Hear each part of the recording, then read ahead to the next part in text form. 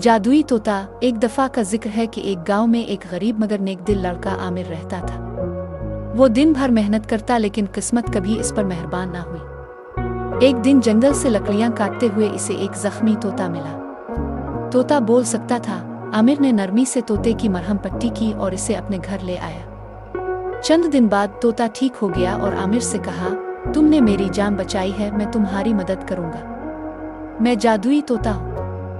आमिर हैरान हुआ लेकिन तोते ने इसे यकीन दिलाया कि वो सच बोल रहा है। तोते ने आमिर को एक राज बताया, अगर तुम मेरा एक मखसूस जुमला बोलोगे तो तुम्हारी हर जायज़ ख्वाहिश पूरी होगी। जुमला है, ए जादुई तोते, मेरी ख्वाहिश पूरी कर। पहले तो आमिर ने छोटी छोटी चीज़ों की ख्वाहिश की, खाने के लिए अच्छा खाना, साफ सुथरा लिबास और अपनी माँ के लिए एक गर्म कंबल। लेकिन जैसे जैसे वक्त गुजरता गया, आमिर की नेक दिल्ली की शोहरत पूरे गांव में फैल गई। वो लोगों की मदद के लिए तोते की ताकत का इस्तेमाल करता रहा। एक दिन गांव का लालची चौधरी ये राज जान गया।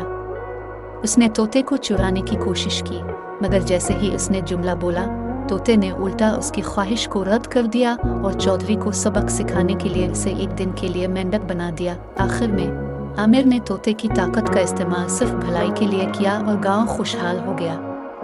लोग आमिर को इज्जत देने लगे और तोता हमेशा उसका वफादार साथी रहा। सबक, नेकी हमेशा लूट कर आती है और ताकत का सही इस्तेमाल सबसे बड़ी खूबी है। कैसी लगी कहानी?